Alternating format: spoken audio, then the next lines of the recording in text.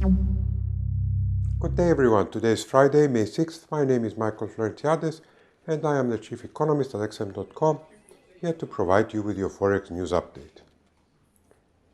The US dollar was seen as mainly marking time ahead of the day's main event, which will be the release of the US employment report for April.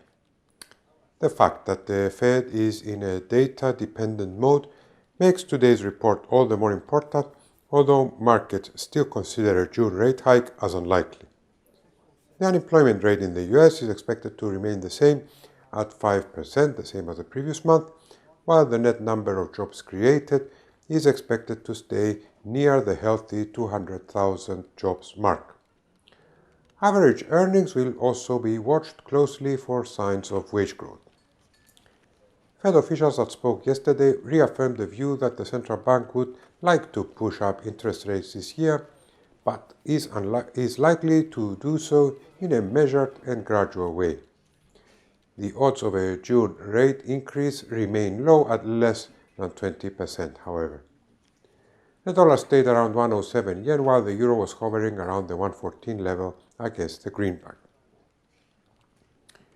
Japan returned from the Golden Week holiday today as Tokyo reopened for business as usual. The market Nikkei Services PMI fell further into contraction territory as it dropped to 48.9 from 49.9 the previous month. The Japanese economy is apparently facing some challenges with respect to its growth rates and inflation, and it will be interesting how policymakers will respond to this weakness. Finally, the Australian dollar was again under pressure as it fell to a 2-month low of around 0.7370. Only 2 weeks ago, the Aussie peaked at 0.7833 versus the US dollar.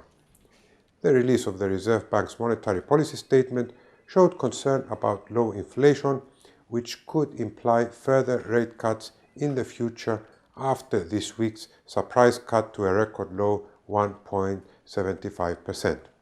Lower interest rates erode the yield advantage that the Aussie enjoys against other low or negative yielding majors.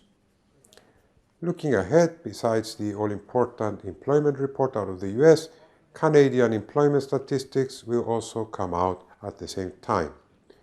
Later in the day, the US rig count will be an indication whether the recent rebound in the oil price is causing a rethink among rig operators in the US with respect to keeping open existing rigs or reopening some which have been shut down.